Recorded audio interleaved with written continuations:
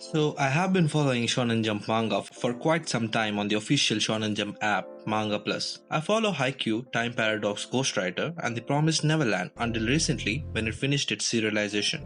And as of making of this video, Haikyuu has ended with 402 chapters. And it made me realize something. Not only is it end of a great run for Haikyuu, it is also the end of sports manga in Shonen Jump, at least for now, hopefully. So it made me think about the sports manga associated with Shonen Jump. A quick Google search and a couple of minutes of going from one side to another gave me the following results.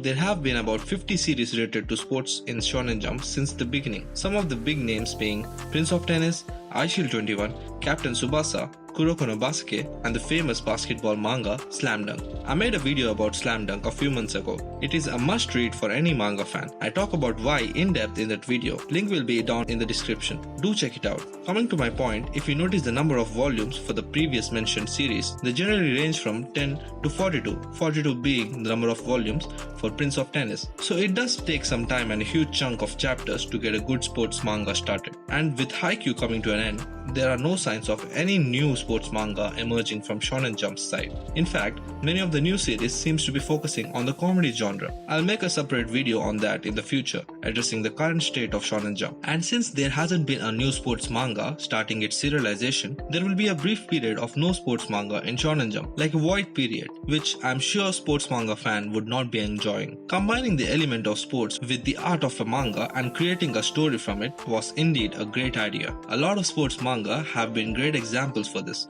I personally have learned a lot about some sports from these manga, and they have inspired me in ways that I thought would not be possible. I used to hate the genre and started watching Inazuma 11 initially on my friend's request, and in an instant I was in love with the genre. Then I started watching other sports anime such as Chihayafuru, Baby Steps, Haikyuu, which made me get into it even more. This made me fall under the impression that a sports manga had to be enjoyed in the anime format, and boy was I so wrong about it. I picked up the Haikyuu manga while watching season 4 and I was completely blown away by it. I never expected such amount of intensity and entertainment packed in the chapters of a sports manga. It was a whole new experience for me. Then I went ahead and read the classic sports stories such as Slam Dunk and Aishil 21. Currently I am reading Blue Lock, which is a manga about football. I've talked about this as well in a video.